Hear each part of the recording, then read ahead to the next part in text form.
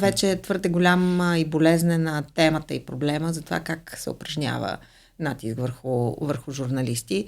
И то всъщност не винаги е необходимо да бъде през призмата на това го правиш или това не го правиш. Понякога и това наистина са такива теоретични постановки, които съм сигурна обаче, че от младия журналист до опитния журналист са му познати и всеки един, който се е докосвал до работата, може да се сети за думи, които е чувал.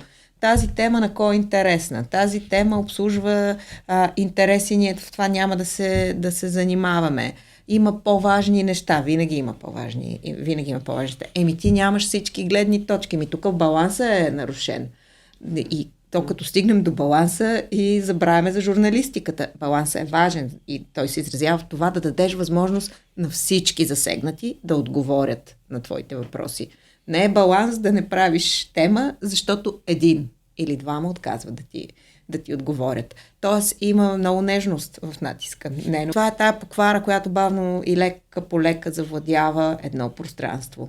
Тогава, когато ти започваш да се чувстваш лудия човек в стаята, който някакси неговите аргументи звучат неразбрани. Гледаш отсреща, всички дружно смятат, че трябва да има балансиран коментаторски формат, в който да участват едни и същи хора, които вчера са били в друга медия. А не един, знам ли, прокурор, който е проявил смелост и е обявил, че има проблем с ключово разследване. Само пример е това.